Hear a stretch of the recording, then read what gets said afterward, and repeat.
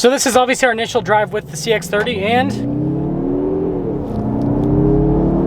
yeah, she's fast.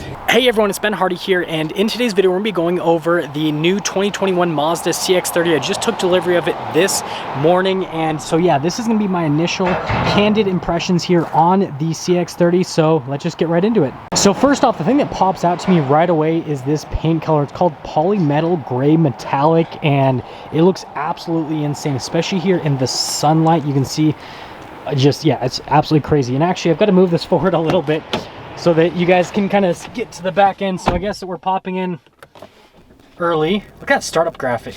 That is pretty cool. And again, this isn't like an official review. I will have my official review posted shortly, but it's kind of like our initial impressions with it. Super easy, and also the parking brake automatically applies. So like when I shut it off, automatically puts the parking brake on every single time. But yeah, it's pretty cool. Now that we have this down here, you guys can kind of get a better viewpoint on it. Something else that I like actually is the wheels. So they're all blacked out, which I think is a nice contrast to the polymetal gray metallic. And then we'll pop this open. Again, I haven't looked at anything on the car, so we're just gonna have to, nope, that's not it. Oh, there we go. Pretty cool, it's automated. A lot of cars in this segment won't have automated hatches, which is interesting. Ooh, I get this in case it snows or anything like that, because it's definitely going to snow with this like 80-degree weather over here in Utah. Just kidding, but yeah, pretty cool. It looks like it's got a cargo cover built in, and then looks like you can lock it and do that as well, all kind of like in the same function. I like the dual outlet exhaust look here in the rear. And sorry, the sun's kind of horrible. It's like completely just whiting out the camera, so you can't really see anything. Looks good from the back end. Now let's kind of take a look over here with everything in the rear. This is definitely nice. And you guys can kind of see the seats back here. I'll have to see what the headroom's like when I actually do the full review on it. But yeah, so far, definitely nice in terms of the interior materials and everything. And then pop over to the front. We already kind of popped in, but I'll actually take a closer look at everything. Yeah, definitely nice. Let's pop the hood, see what this bad boy CX-30 Turbo has got. And yes, this is the turbo version, which is the faster, more fun version. Oh, looks like it's a hood prop, so I'm gonna have to like angle you guys here. Boom. Okay, there we go. Now you guys can see everything under the hood with it. Definitely cool. So from what I know, it's like 227 horsepower, but then I think if you put premium in it, it knocks it up to like 250. Again, I'll have that in the review on the exact on it. And then the torque is like 310 pound-feet, which is just crazy. And I think if it jumps up to like 325 if you put premium, something like that. Again, when I do my full review on this, I'll make sure to clarify on that. Love the headlights as well. And then I love how they're integrating the sensor now into the Mazda logo. That's another cool little feature. Well, we are popping inside for the millionth time because startup graphic never gets old. But yeah, here's kind of like a look from the driver's perspective with the cockpit and all that. You guys can see a bunch of the controls that this comes with. The camera doesn't want to focus ever. Everything's really nice in the interior. Like all the stuff definitely feels high quality in terms of the touch points and everything. Oh, that is weird. Look at this. Slides back and then goes up. That is definitely different. Like you can't just pull it up. That is different. Vents all across. Like even this, look, this is the handle to open up the glove box. Nice piece of metallic trim. Everything else in the segment just does like plastic. Dash is nice. Infotainment system. That's going to be an interesting one. It looks like it's not. Yeah, it's super far away, so I assumed it wasn't going to be a touchscreen. But yeah, definitely not a touchscreen. So that's pretty interesting. And then it looks like we have a sunroof here at the top. This is like the perfect day. Look at that. So beautiful today. Sunglass holder. A lot of car manufacturers are getting rid of sunglass holders, which is kind of interesting to me. But Mazda still has it. Cloth headliner and all that. But yeah, this is kind of like our initial impressions, all that kind of stuff. Now we'll take it out and drive it, and I'll give you guys kind of my initial driving impressions. And then yeah, as always, like I said, I will have a normal review on this car. So if you're unsubscribed already, I'd recommend subscribing. It'll be kind of like a full detailed review on the CX-30 where I'll go over all the specs, go over everything up close, everything. Just, again, one of my normal reviews. Then I'll have like point of view driving impressions. Also, sorry, I keep looking over here because this is cool. Look at that.